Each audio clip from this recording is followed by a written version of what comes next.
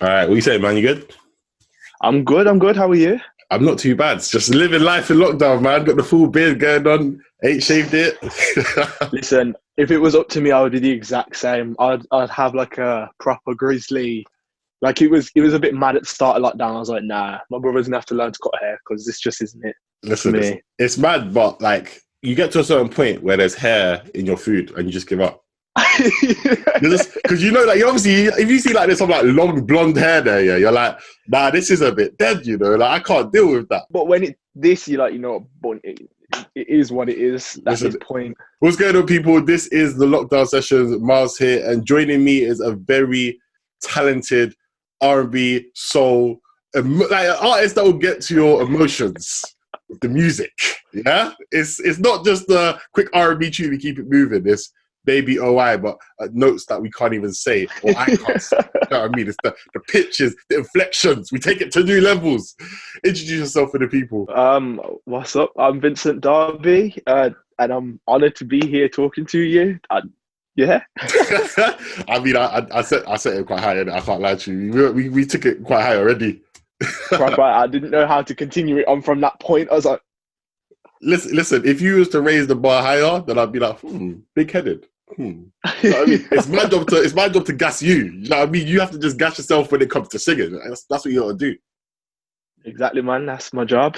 So let's talk about it. Because how long have you been making music for? Because I know you've been doing stuff from a very, very young age. We're going to talk about Flow Rider in a little bit, but yeah, we have to talk about that. I've been making music now since I was probably about 16. So like the bulk of the music now that's out was made when I was about 16. So 4 years ago now. Okay. But as you say, like I've been doing music for a while now. Like well, I've been performing for a while, but I've taken it seriously like in the last 4 years. Yeah. So like literally since I was like 16, 15, 16 was when I started taking it like, yo, this is potentially something I could do like for the rest of my life. But before it was just something that I just loved to do. So it was a little bit different back then. So was origins for you? Because a lot of people is like church, or it's just they might listen to like a certain artist that they like. Where did it all start for you? It's a weird one because I mean, I didn't even grow up in the church, and I really wish I did. Like, technically, I grew up in like the Kingdom Hall, so like my family's Jehovah's Witness. Okay. So I grew up. Used to go to Kingdom Hall every now and then. I wasn't really a big fan of it, but like I grew up literally just listening to like R&B, reggae, stuff like that, and just copying what people did. But the one thing I did have like as a kid, I always used to watch Sunday Best. Okay. Which on BET, so I used to love that. So yeah, cable from a young age. Yeah, you're living that high life. Well, my grandparents had cable from a young age. Listen. It is what it is. It is what it is. But BET Sunday Best was where it was at, man. Sundays around my grandparents. It was serious, man. But yeah, I grew up listening to like a lot of R&B, like reggae as a kid. So it was just something for me to copy more than anything. And I remember SingStar on PS2. Oh my days.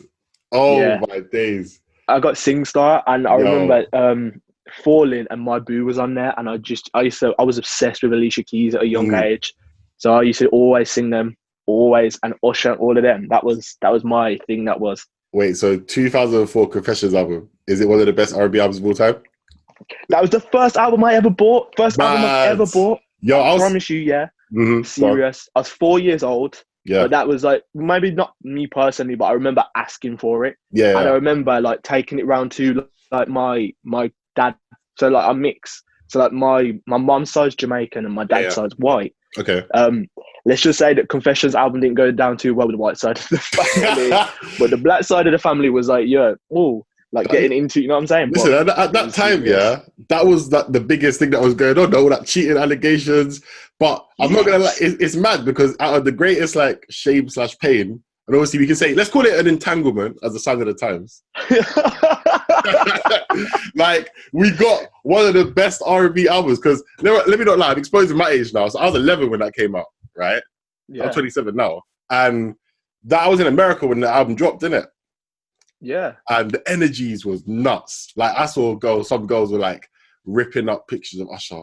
And I was like, alright, but does Burn bang though? It does. You know what I mean? Does Truth Hurt? It does. Even which is like a club song, it still bangs and the meanings is all still there. But everything on that album, 10-10. But I know 10, that 10. like Alicia Keys was obviously on that. That was a bonus track. That wasn't actually on Confessions, the main one, right? Yeah. But why was Alicia Keys something that you gravitated towards? I really don't know. There was something about the soul in her voice that I just loved, and like the mix of like the piano and the soul. It was special to me, and it was just like I just loved to hear her sing. Like I literally can remember the first time watching the music video to is it You Don't Know My? I think it's You Don't Know My. Nah, it wasn't that. You Don't Know My Name is the one where they have that interlude bit with like the coffee or the milk or something. Yeah. Nah, it was the one where she's walking down the street and it's snowing. I remember that video for some reason. I don't know why I remember that video. Yeah. But I just remember her walking down the street in like New York, and I feel like she's playing the keys in the snow. Mm-hmm. It might have been If I Ain't Got You. I think it's If I Ain't Got You. This is one of them ones. We got to do research post. We got to know. We got to find out. I know. I'm pretty sure it's If I Ain't Got You, but I remember just being obsessed with it. I was like, what? This is just incredible. And then I was just like, I just got really heavy in like Alicia Keys and that soul and like, you know, like Destiny's Child, people like that. And then obviously Usher. But I was really lucky to grow up as well, like listening to a lot of older R&B stuff. So like, you know, like Teddy Pendergrass, Luther Vandross. Okay. Yeah. You don't hear these names that often. Still one of my Love TKO is one of my favourite songs, man. They're just that rasp in his voice and the start is just what? And then, you know, like all of them old songs like Marvin, I was really exposed to all of that as a young kid. Yeah. So it was like I could kind of always blend in like that new school with the old school of R&B, because I feel like I was born 2000. Yeah. So like I feel like I'm the very last generation of like I had the all right-ish TV as a kid, and I had the good music that I can remember. Yeah. And then it switched, and it just turned into what it is. Like it left, it departed. Like yeah, I'm not gonna lie, I always looked at it, literally piece. Like I looked at it because I was thought, all right, for where I am, I'm looking at it like, cool. If you're born after 2000, it's a bit shaky for you when it comes to the wider appreciation of stuff. But if you've got like influences. Like you said, listen, you're naming people that some people my age, older than both of us, I don't even know who that is. Do you know what I mean? Their entry point might have been Usher or who's in before? Yeah. Maybe TLC. We'll go for that. Yeah. Do you know what I'm TLC, saying? yeah. So, SWV, all of them guys. Listen, like them serious, the girl groups, man. Yeah, that was the thing, man. The 90s and the 80s, the girl groups and the music then. Because like my mum used to live in New York. Yeah. So it's like she would like always show me like the songs. I remember like it was incredible, to be honest, like because I have an older brother, so it's like, again, I feel like that would change me quite considerably if I didn't, because I also grew up like with his kind of music taste. Yeah, so it's like I grew up with that as well, and like being like one of the youngest grandkids. Yeah, it's like we were really tight knit. So it's like my older cousins, like my one cousin's like 30, the other one's like 20, 26. So it's like there's a big. Like I was always exposed to what they was listening to as well, which kind of, to me, brought me a little bit closer to the 90s side of 2000s. I hear that. So it's like, I feel like growing up like that, but it's true what you say, 2000s, because there's some 2000s that I could mention, like, I don't know, God, like Belle Biv DeVoe or someone, and they'll be like, huh? Yeah. Or like New Edition, and they go, huh? And I'm like, but you know what it is, right? With I could kind of allow it just a little bit, because you think about the landscape of R&B, in the last, say, 5 years, let's say 2015, it was R&B was kind of dead. It was so deeply incorporated into like hip hop or rap or whatever that it's only since maybe like 2016, 17 where we started to see people from the UK like yourself, and even across like, you know, like Jacquees and Tory Lanez do more of that stuff. So I can understand that though. What do you think? Yeah, no, 100%. I think that it's very relevant what you said. Like, so you say 2015. I remember the Jacquees is it the Queen mixes that you always used to do on like SoundCloud. Yeah. Like I remember them being serious, and it was like that was at that point. It was like R&B had almost just disappeared. It was like this non-existence. It was weird, and it was like the only kind of R&B that was there was like this soulful, like this female crying R&B, if that makes sense, like the Jasmine Sullivans that never really reached that mainstream, which was kind of sad, man, because it's like Jasmine Sullivan and people like that, and like K Michelle and people like that was just, they were really, really pushing down that boundary for R&B. And it was like Miguel really as well. Miguel was incredible, but Yo, it's like Miguel, he didn't really blow until, well, he blew, but he didn't. It was weird. And then like you say 2015 came, and then I remember he released, I think it might have been Wild Heart, that album. And I was like, yo, this is what is needed for R&B. And I remember going to see him live and being like, yo, that is one of the best shows I've ever seen in my life. Mad. Because you know what? That was the one album. What was the song off the albums? I think I like, but Kaleidoscope Dream was a sleeper album. Like loads of people liked that after. But Wild Heart, what was off Wild Heart? Oh, Kaleidoscope Dream. Yeah. Coffee was on Wild Heart. Okay. I'm trying to think of the other songs because I was obsessed with that album. So like I could probably go like ham with that album. There was a few songs on there. There was one called like Destinado Amor, which were like people didn't really know, but it just had this. He was like speaking Spanish in it, and it was just like proper. And then I remember Hollywood Dreams. But I think the lead song off that was Coffee, like the one that's like Coffee in the morning. Yeah, I know that one. I don't want to order. That was so good, but it's like. It really took for like Miguel, really, and then like you had like, The Weeknd, obviously at the same time, like who was coming up off like the House of Balloons era, the Trilogy into, like, into this heavy R&B like contemporary pop. I mean, obviously you still had like the heavyweights like Beyonce, but I feel like they went into this pop. Yeah, pop, more, yeah. 100%. I mean, we could end up having this conversation for a long time, but we need to talk about you. That's why you're here in the first place. No, I mean, cause I'm learning a lot at the same time. Because for me, my main, like, growing up was, like, what? Lil Wayne, 50 Cent. Get Rich or Die Trying was the first album I bought at, like, 10. So I was even mad with that. But let's talk about you.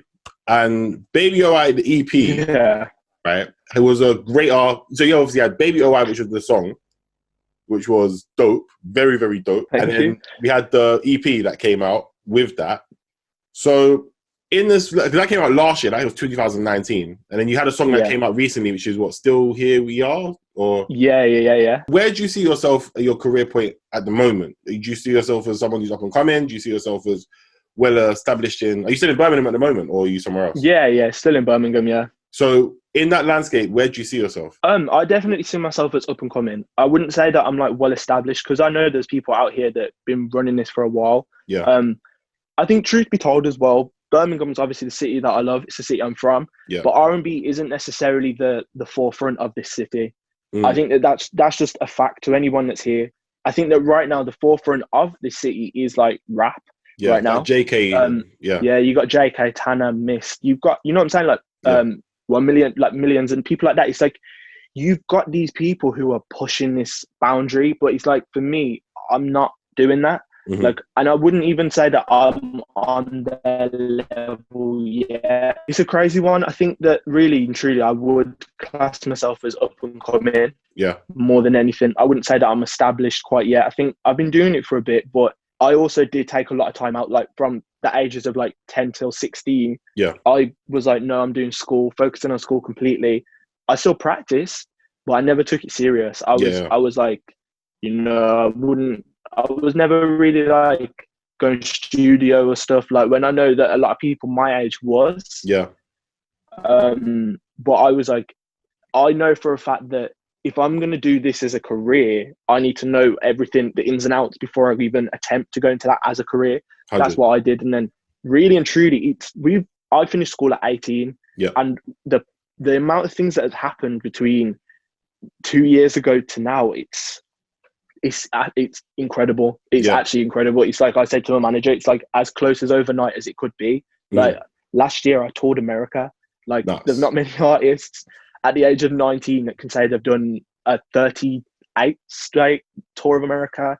It's like that's mind-blowing to be able to say that I've done that, but I would still definitely class myself as up and coming. So let's talk about that comparison, because like you said, Birmingham is rap based. I would say, to be honest, I think the UK at the moment is rap based. I think across most major cities, like if you look at Manchester, it's going to be H. London, Stormzy, AJ Tracy, names go on forever, whatever.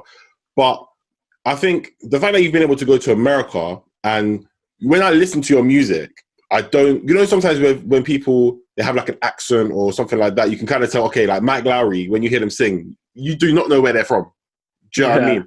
And like when I listen to you and then I hear you speak, obviously the Brum accent isn't strong. Yeah, I've met some people with strong Brum accents, and I've been like, it should be stronger than this. Believe me, this is like me toning it down because technically I live like in the Black Country, so like Dudley. Yeah. I think the only reason why I know Dudley though because of the vicar. No, it's not the vicar of Dibley. That's terrible. Dibley. L. No, it's Lenny Henry. That was her husband. Yeah. Like in real life, Dawn French's husband, Yeah. Lenny Henry. He's from he's like not family friends, but a friend of my friend's uncle. Okay, so it's nice. like I'm from around that area, so my accent should definitely be stronger than what it is. Listen, it is what it is, isn't it? At that point, like, yeah, touring America.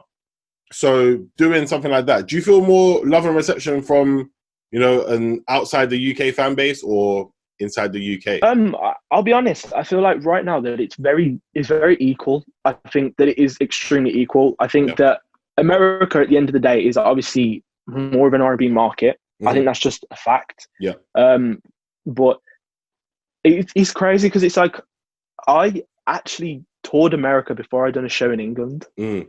Like, it's nuts. Which is weird. I literally done a show. I came home in December, done a show in Birmingham, which was the first show I'd ever done in England. And then the next day I was on a flight to New York. But I definitely think that America does have this love for R&B that England doesn't quite have yet. But I think that the thing is about England is that it's just got to take the right person to push that boundary. It's like the same way with rap.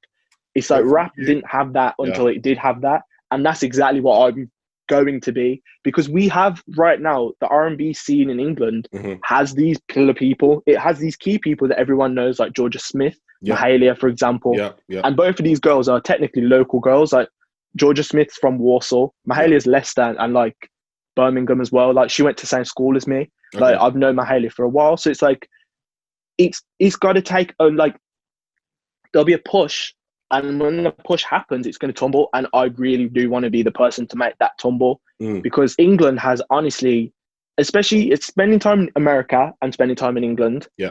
Seeing the caliber of R&B artists in England honestly is on par, if not better than America. Like the vocals, like look at like someone like Sinead Harnett. Like people like that, it's like these people like Sinead Harnett, is on par to someone like JoJo. Like, and no one can tell me nothing about that one. Like, she's incredible. Yeah, I'm not going to say anything. I'm not going to counter that point. You know what I'm saying? Like, she's on par. And it's like these people in England, we just got to have that one person who is representing R&B, just soulful R&B, just straight up going, this is R&B made from England. The same way someone like Sade did, the same way that someone like, I don't know, like Soul to Soul or Loose Ends had that flag of, we're British. This is the British scene of music. This is what we are doing. And this is on a global platform. From my personal travels and experience, you go to America, you might hear maybe a Stormzy song every now and then. It's not the same as what it is over here. Whereas like I would hear Georgia Smith on the radio in America. Because that was their thing. Like R&B is the thing in America, but we just need that one push in England to completely rearrange what it is. Do you know what it is? Like, I think because what you're saying, I had the same thoughts for a long time, innit? And I've seen it because sometimes in the UK we get mad excited and think, oh, we're the best scene in the world. It's like, nah, you're a ripple in a very big ocean when you think about the grand scheme of things. But I think with the R&B, I think it's going to take some time. Because we're seeing this whole R and drill thing going on, or drill and R&B, that collaboration thing happening at the moment, and that will open people up more to R&B. But from the R&B side of things, like you and a lot of the contemporaries, I think people need the record because so many times in the past we've seen a lot of R&B singers compromise their sound, whether they go mad poppy or they do like the dance track, like a Duke Jamon or something like that, and by the time you come back to what your sound is, people don't want to hear that. So it's finding that song that can kind of win everyone over. Because like you said, people are going to hear Georgia Smith, especially because of the Drake link-ups as well, with More Life when that came out a couple of years back. So people are going to be more gravitating towards that anyway because she's seen as kind of a national treasure. But for someone like you, Mahalia, because Mahalia's doing well as well, but someone like you as well, I think it's just getting that song, which I think you've got some in the catalogue that if you like R&B, you're going to like. But I think, is it something conscious in your mind where it's like, I want everyone to see how good I am through my music, but I haven't got that key killer song that's going to make everyone pay attention to me just yet? Or do you think you already have one? Oh no, I've definitely got it.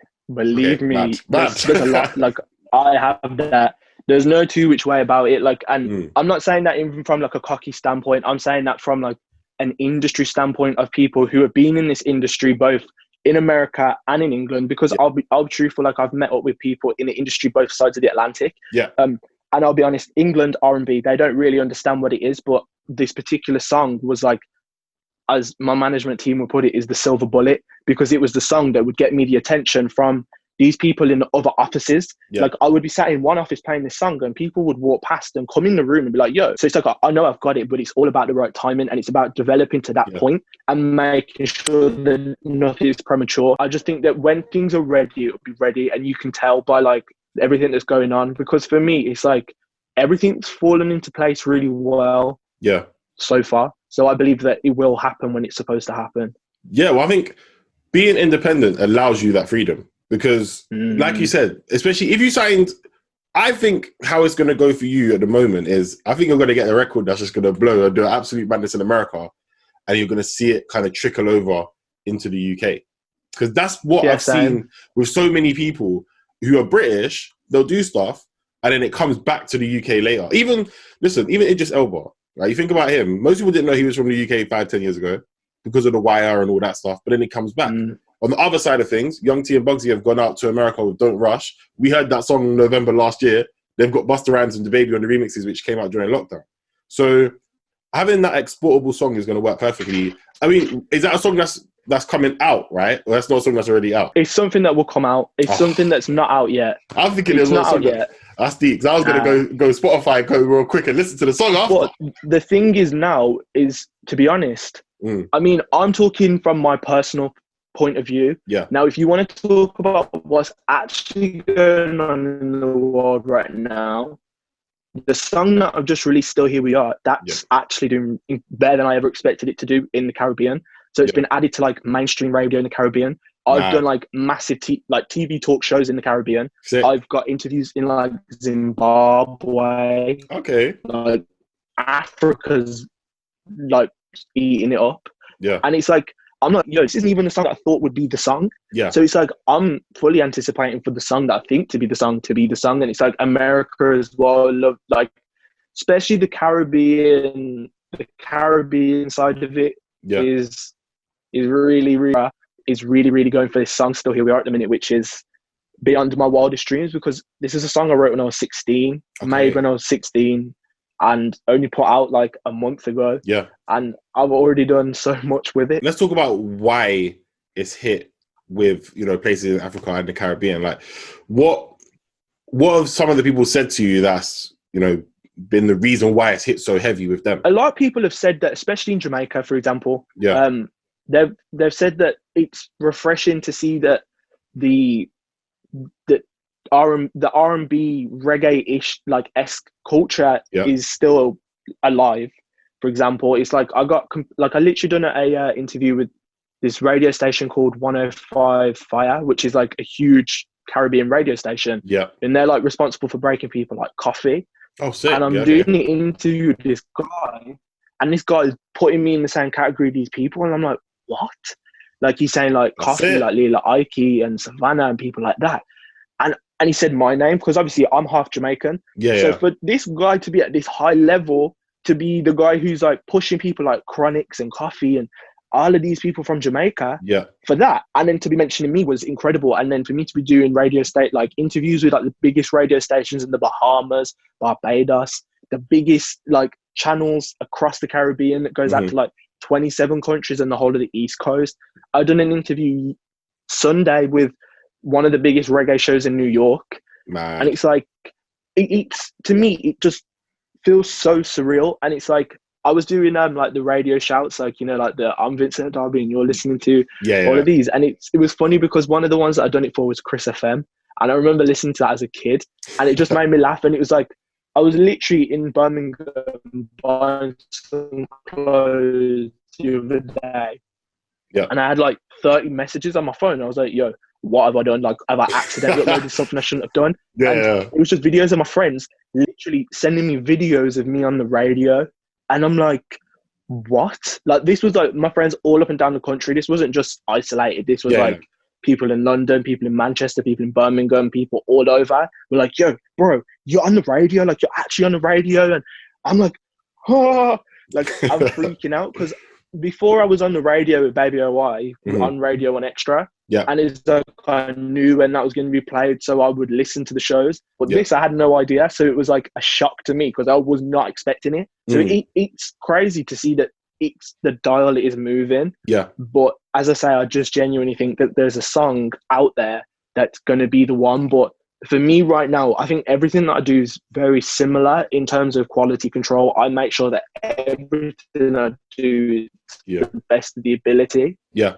And that's what's important. Do you know what? Like, with the success of the song, are you kind of, because obviously it's getting picked up by like reggae and it's getting picked up by those audiences. Are you kind of thinking about making more reggae infused music because it's got such success, or are you just going to be like, look, I'm just going to put out my music and wherever it picks up, it picks up? A little bit of both. I mean, I'm definitely always down to make more reggae-centric music. Yeah. Because I think that what's important right now is like the contemporary R&B, the contemporary reggae, that's coming out of Jamaica, where it's got this infliction of reggae, but it's not necessarily this old school Beanie Man reggae. It's of course, yeah. It's this like island vibe, if you get me. Like, it's something that kind of transcends a little bit differently, and I'm always down for that. Like, and I have more songs like that.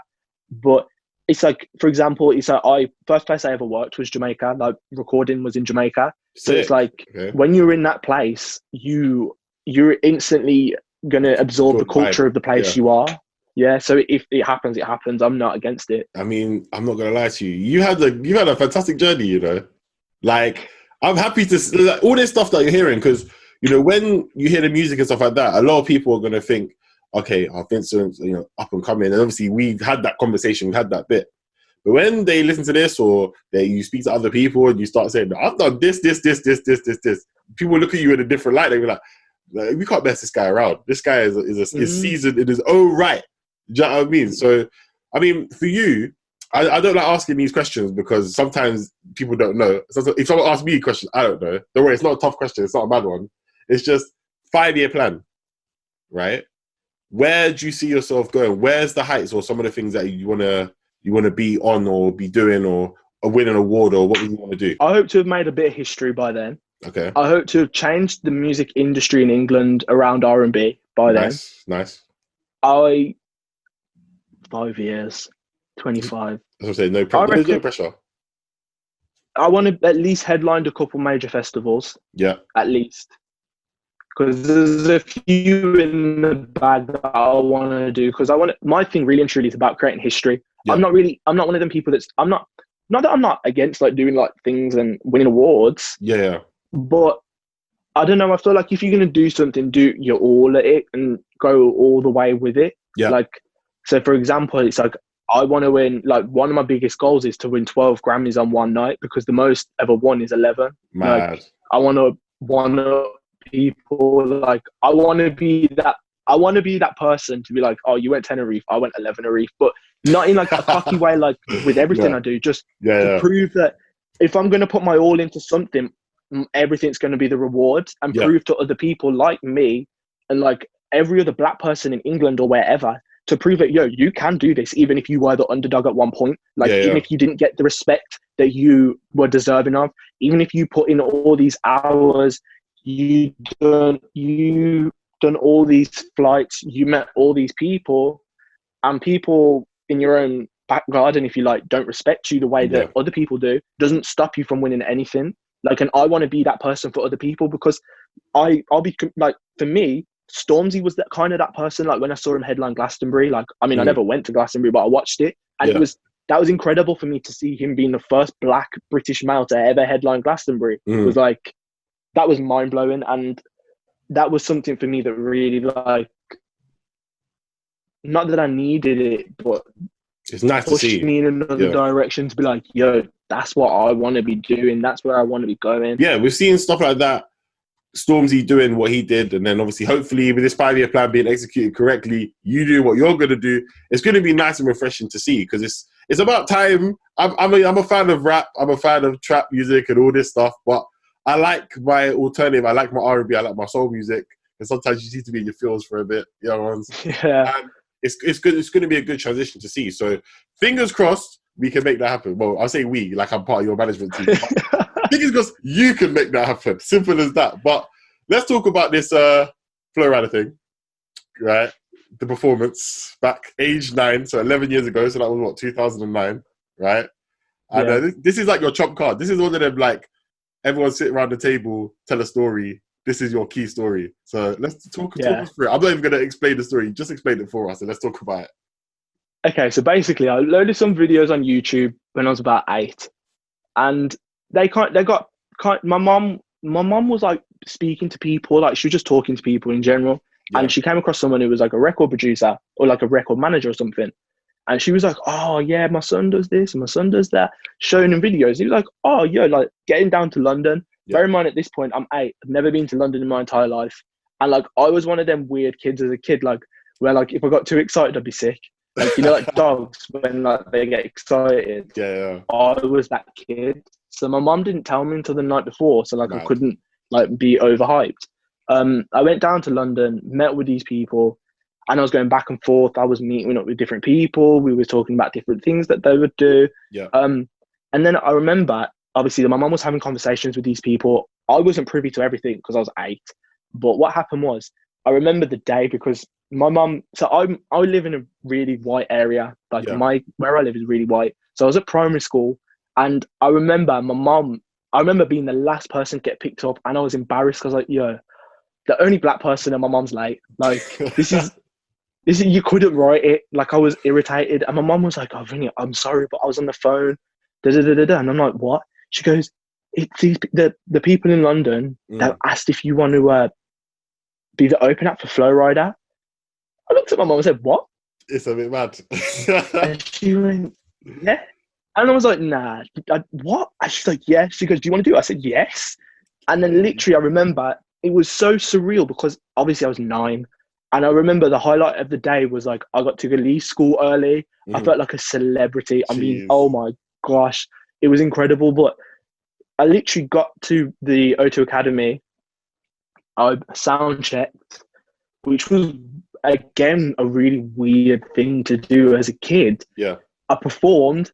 And I remember literally after I performed, I was sat I was like literally at the very front of the barriers. And I remember literally out of nowhere just getting picked up and being pulled across the barrier and being sat like literally the other side of the barrier. And literally I was like 2 meters away from Flow Rider. And I was like, what? And it's like, they said to me, I was like, do you want to go meet him? Do you want to go meet him? And again, I was that weird kid that would be sick if he was too excited. So I was like, nah, don't want to do that one. I don't want to be sick with him. Yeah, that was like incredible to be able to have done that at 9. So I sang Falling by Alicia Keys. And it still is probably the most crazy thing. And it's like, again, when I was like out in America and I was telling these people, I was like, oh my God, he's so nice, isn't he? And I'm like, I didn't actually meet him. I was too scared. But it was honestly the most incredible thing that I've even to this day, like, I mean, I've done a couple more support acts. Like, for example, when I was in Canada, I opened up for Alessia Cara, which was, again, incredible. That was still, and I reckon that will always probably be the most incredible thing that I'll ever do just because of the fact I was 9. Yeah. And it was incredible. Like, it was genuinely the most incredible thing. And it was like, to be stood on a stage, knowing that what you want to do is sing and be there and then like looking out. And I remember the same people the day, like literally after I performed, I was like, oh, there's another show next week, Wednesday. Do you want to do it? And my mom was like, I don't know whether you'll be able to do it. And it was for the game. And I was like, oh, I wasn't able to do it because it wasn't in Birmingham. I think that was in London. It was just like getting back. It was just, it's really about like 2.5, like 3-hour journey, right? Yeah. And especially when like you're 9 years old and you got school first thing in the morning, it was it wasn't really practical. Whereas like the Birmingham thing was kind of cool. Like, I remember there was a few teachers that came through, a few friends. It was honestly, it was incredible. Yeah. But 9 doing that was mad. Listen, having that story there, that's that story that's gonna be with you for a lifetime. And it's those experiences that help, you know, with stage presence and all that stuff now. Do you know what I mean? Because you've done it for a long time. Some people are great on social media, but stage presence is non-existent. Non-existent. They're not about. But for the fact that you've been able to do it for such a long time and be on stages and see that and take some time away even to your education, that is a great thing to see. So I'm happy. Listen, I'm just happy for you, innit? I'm just happy. That's all I can say.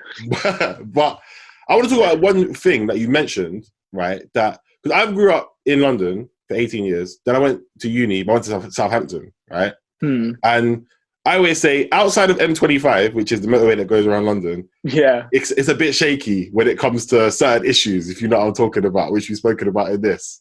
So growing up as, you know, in a predominantly white area or being of mixed race heritage, you know what I mean? People are going to look at you, they're going to say you're black, they ain't going to say you're white, are they? So how was that experience growing up, and how has that affected any of the music that you've done or your personal experiences for today?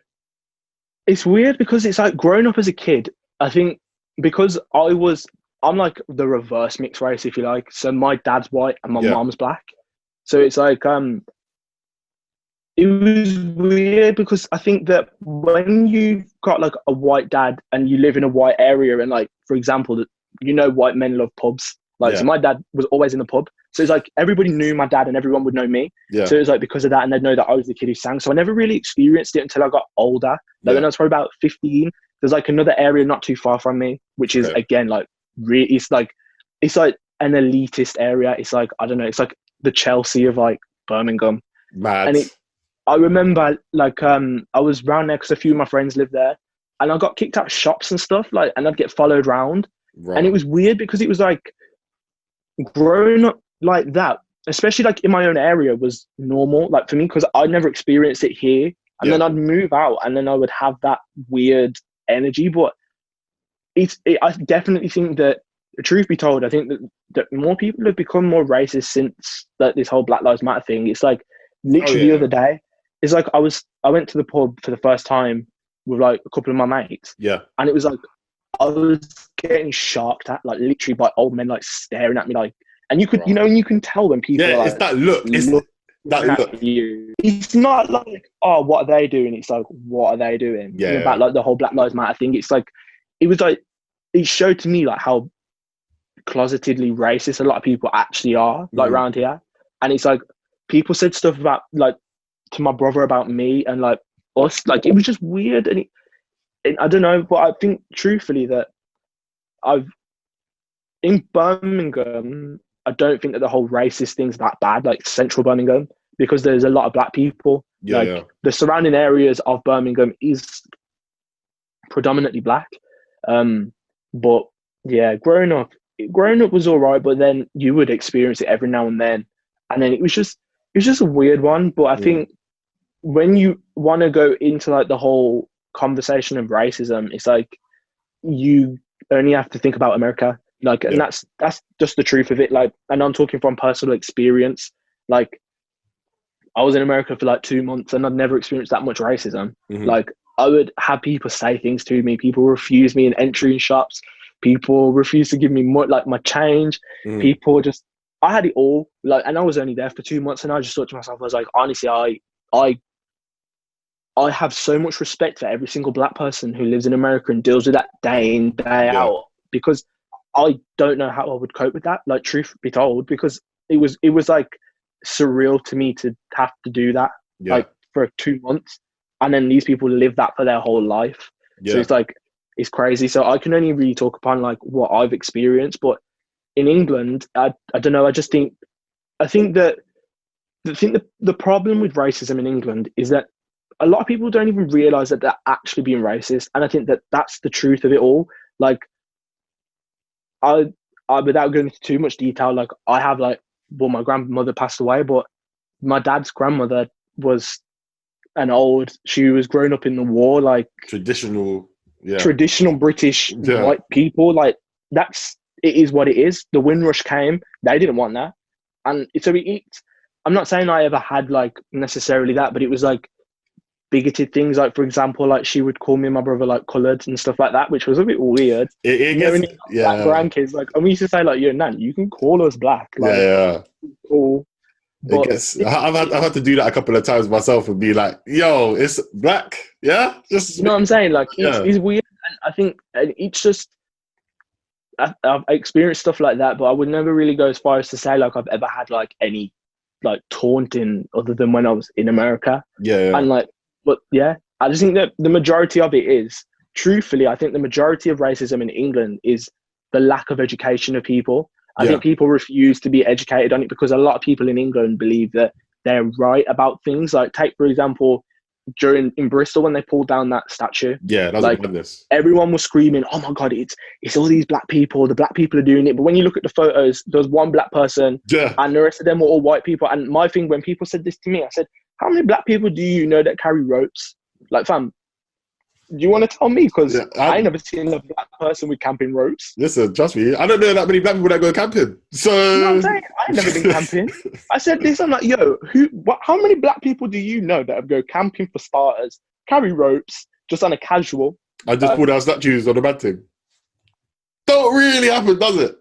But, you know what I mean? Yeah, like, it's just, do you know what it is? Like you said, it's that kind of unwritten thing. It's a lot of it is swept under the carpet in the UK, and up until the Black Lives Matter topic came up again a couple of months ago, people just didn't want to hear it, and a lot of people felt isolated in their own pockets because you might have said to your friends, "Oh, did you see that?" And they're like, "Yeah, that's a bit mad, But anyway, and it's that's the part that hurts the most because it's like you see it, but you don't see it. If you know what I'm saying? Yeah, that's exactly what it is about England with racism. It's like everyone sees it, but no one sees it. Like everybody doesn't look at it the way that it should be looked at. And it's like my management team's based out in like Canada and Jamaica, and they always say to me, they're like, "Yo, England," they're like, "You don't realize that eventually England's going to crack with this racism thing because it's the same. It's like everything, like how you spoke earlier about like if I had a big song that goes big in America and then trickles over like Young T and Bugsy. It's the same thing. The culture trickles over. The Black Lives Matter thing, we did the protests, but truthfully, and I'm talking as a black person because I would classify myself as a black person because as far as I'm concerned, like, you don't look at me and say, "Oh, he's white," because I'm not a white passing mixed race person, which there is, but I don't see any major significant changes in England right now. And it's like there was only one that could have been done, and that was the one thing that I've been screaming for. Like when I was saying to people, like, this is what if I had the platform and the power, this is what I would like fight for. There needs to be a reformation of the education system. That's all that needs to happen in England. Because if that happens, you teach people from a young age, like, yo, this is what happened, then that's calm. It's like the truth of the matter is that the only piece of black British history that we ever got taught, what I ever got taught, was about Mary Seacole. And that was only in one lesson. And she was Jamaican. Like, that was the closest thing to British. Because technically, and it's like the Windrush. It's like, this is where the Windrush thing was so crazy because anyone born before like 1962 is technically a British citizen. So it's like, it doesn't make sense. But we got taught about like Florence Nightingale. And I told my nan, and my nan was kissing her teeth and everything. She was cussing because she was like, "Well, what about Florence? What about Mary Seacole?" And I went to school and I was like, "Well, what about Mary Seacole?" And it was only because I was physically asking was why they taught it. Taught it. Because that's what I'm saying. I know who she is and stuff, but it was always Florence Nightingale. It was always that. And there's so much like British history, because the other part of British history, which counts as kind of like black history, would be Britain's always made to seem like it was the like abolitioners of the slave trade. Like they never participated in it and stuff like that. That's the kind of role that we see. And there needs to be a reformation of the education system, because as much as things might look magnificent because you've come in and you've conquered this country and stuff, you did a lot worse. Yeah. No one told you to be in there in the first place. Yeah. Exactly. Yeah. Like, it's incredible. It's incredible at the fact that it's not been taught. Like, the same way, like, this is one thing I must say about America. At least they teach about slavery. Like, slavery is spoken about in America. Yeah.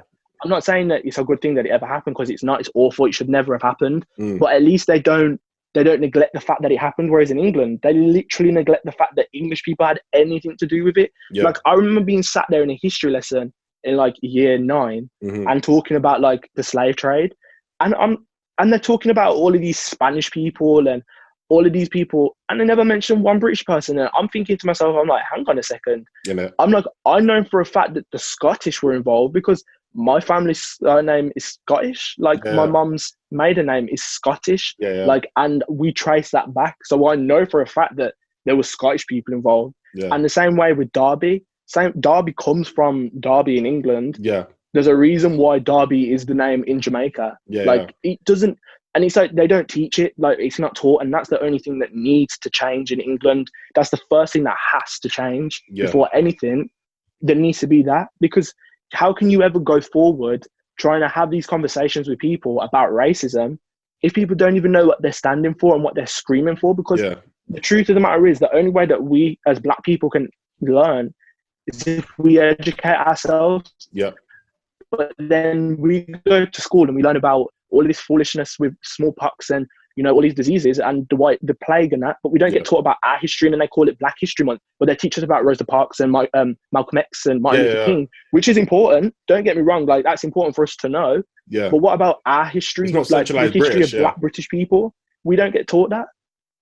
I think there's that guy. I can't remember if he's from the UK or the US. I think his name's Oluda Equiano, I think, but I can't remember. I studied history at university, and it's been a minute, so I think he was British, and it's stuff like that where it's only when you go out and find it for yourselves that it gets touched upon. But then you think the counter to that, I'm going to play devil's advocate because I think it's good to sometimes, is that the Black population or the Black and ethnic minority population in the UK is so small. Why should we teach it to like somewhere in a small village where there is no Black people? Why should we teach it?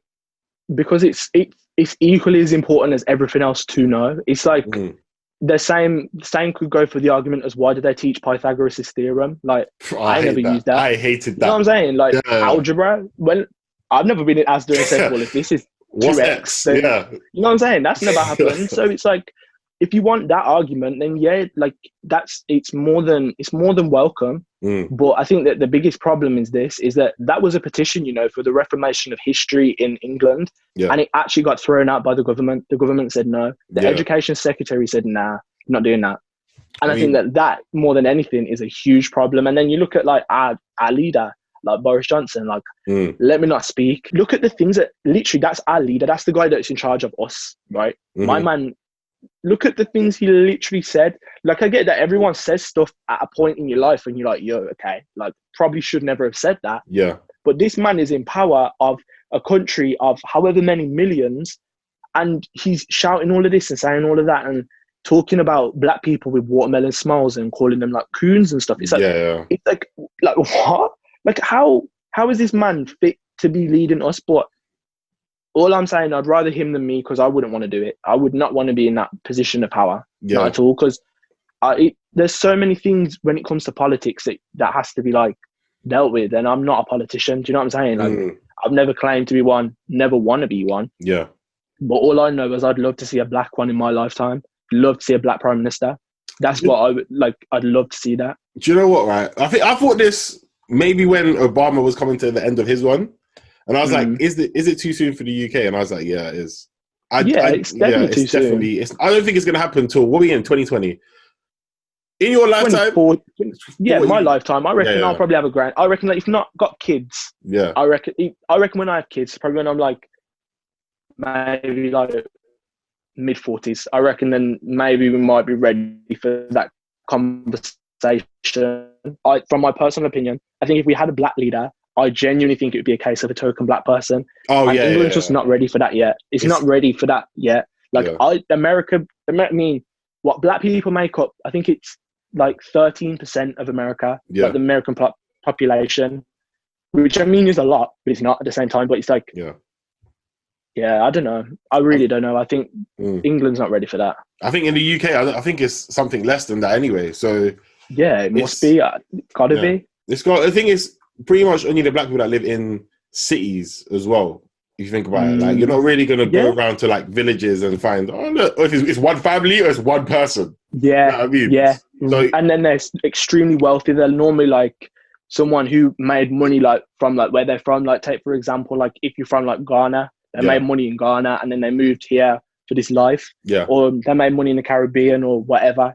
It's not normally a case of them being wealthy in a city and then moving out. That's never the case. They normally end up in a penthouse. That's just how it is. Like, and it's like it's incredible. Like, I don't know if you've seen the series I May Destroy You. I haven't. Netflix. But no, it's on BBC. Okay, I'll check it out. But it's from the girl who made Chewing Gum. And it's Okay. like the casting of it, like the fact that she uses these black people, like there's so many black people in it, but it's like there's one guy who's like a top banker, and it's like to see like the lifestyle that this geezer lives is like what we need as black people to have that aim. It's like the same way for Americans to see Obama in presidency was like the thing that a lot of black people needed to be like, yo, that's not off the cards. Because I don't know about you, but I don't know the last time I saw a high black British representation on TV. I'll be honest. I mean, there was that one program, Noughts and Crosses, but that was fictional. But that was recent anyway. And it's like, we don't have that representation. Exactly. We don't have that representation, like, as black people. That's why when it comes to like media and mainstream music, that's why I want to be able to make that change. It's like, we have it in the music, like with people like Dave, like look at Dave at the Brits and people like that. Like we have those people in real life, but it's also about showing it in every walk of life. I think that's what's important. There needs to be more leaders. There needs to be more black leaders, and especially more black female leaders, because I know I was raised by a single black mother, and all I'm saying is it's like on my management team is like predominantly female, because I said to my manager, I'm like, yo, if one black woman can get me here, imagine what a team of them could do. And that's my thing. It's like, if one black woman can raise all these kids, imagine what a team of them could do. That's how my MO is, and that's how I stand with it. I mean, that's not powerful when you said that, because I deep down, I'm pretty much the same as you. So yeah, hit. What it is like. It's like, this is why for me, like for example, it's like when I was out in New York, we was discussing music videos. The conversation would always lead to like, yo, let's put this here and this there. And I was so adamant. I said, listen, there is no way that I'm sexualizing a black woman in my music video. I have a black mother, I have a black grandmother, I have black cousins. My little cousin's like my little sister. I'm not allowing them to grow up seeing that that's normal for me to be sexualizing them. No, it's like, you can't lead, you have to lead by example. You can't do something and then change it. That's why I say it's so important for these black women to be like shown, especially black women of all colors, like whether they're Asian, whether they're, you know, any kind of anything. Listen, we've had a whole political interview to the side as well in this whole talk, but I want to bring it back to you. Let's get to the close, because we've had a proper deep conversation still. I've learned a few things. I hope we've had a good conversation on your side too. But 100%. But for the rest of the year, it's lockdown. Obviously, you dropped the song about a month ago, so had music from you.